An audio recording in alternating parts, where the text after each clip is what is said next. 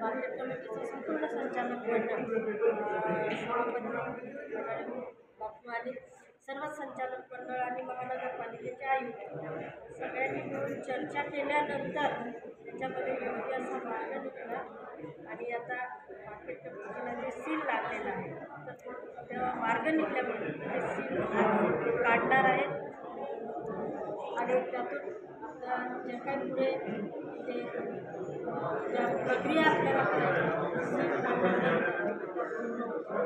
Madam, smart सिटीच्या बस स्टॉपचा एक मोठा विषय होता, याबाबत काही चर्चा झाली?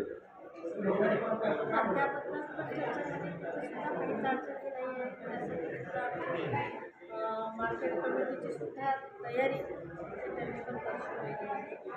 पण मार्केट कमिटी एकीकडे सांगते आम्ही शेतकऱ्यांकडून 1 रुपयाही चार्जिंग घेत नाही, आम्हाला त्या सुविधा दिल्या पाहिजे. व्यापारी जे आहेत ते टॅक्स भरतात, मग मनपा अशी दुतोपटी भूमिका का घेते? मार्केट कमिटीने न म्हणता जे व्यापाऱ्यांनी त्या जागेचा वापर व्यापाऱ्यांनी तो टॅक्स भरायचा. त्याच्यासाठीची जी यादी आहे व्यापाऱ्यांची ती यादी मार्केट कमिटीने महानगरपालिकेला द्यायची आहे आणि त्यानंतर मार्केट कमिटीला जो महानगरपालिकेचा जो टॅक्सचा विषय आहे ती व्यापाऱ्यांची यादी दिल्यानंतर तो विषय जो आतापर्यंत जो वादाचा विषय पूर्णपणे तो वाद संपलेला आहे. मॅडम, पण लोकप्रतिनिधींना हस्तक्षेप करावा लागतो, काय वाटतं?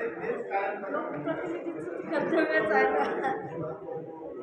मग मनपा प्रशासक लोकप्रतिनिधीचं ऐकत नाही असं म्हणायला हरकत नाही, काय वाटतं? ऐकण्याचा विषय होता, मध्यस्थी करायला लोकप्रतिनिधी इथे आले होते. धन्यवाद. आज या ठिकाणी बाजार समितीला लावलेलं महापालिकेनं मालमत्ता कराबाबत सील याबाबत या ठिकाणी आज आमच्या लवणे मतदारसंघाच्या लोकप्रिय आमदार सरपंच वाघताई यांच्या उपस्थितीमध्ये या ठिकाणी बैठक झाली आणि बाजार समिती आणि महानगरपालिका यांच्या संयुक्त बैठकीमध्ये जे विषय होते त्याचे प्रश्न बहुतेक निकाली निघाले. जो मालमत्ता कराचा विषय होता, आमचं म्हणणं होतं की याला रिअसेसमेंट करून लावावं, तोही विषय आयुक्त साहेबांनी मान्य केला. ज्या ज्या जागा तिथं मोकळ्या असतील त्याचं रिवाईज करून आणि त्यामध्ये काय शास्ती लावला असेल, दंड लावला असेल, तोही माफ करण्याचा निर्णय आयुक्त साहेबांनी घेतला. त्यानंतर दुसरा 1 ते 5 जे शेल हॉल आहे याचाही टॅक्स कोर्टाच्या नियमाप्रमाणे तो बाजार समितीला न घेता व्यापाऱ्याकडून तो वसूल करावा असा बाजार समितीचा निर्णय झाला आणि त्याची अंमलबजावणी करण्याचं या ठिकाणी आज ठरलंय.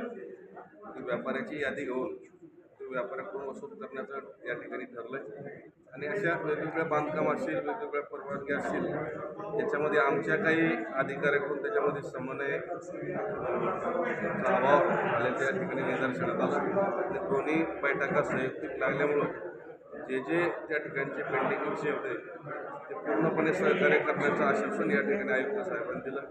त्याचं मी सगळ्यांचंच या ठिकाणी बाजार समितीच्या वतीनं त्यांचं धन्यवाद व्यक्त करतो. थँक्यू.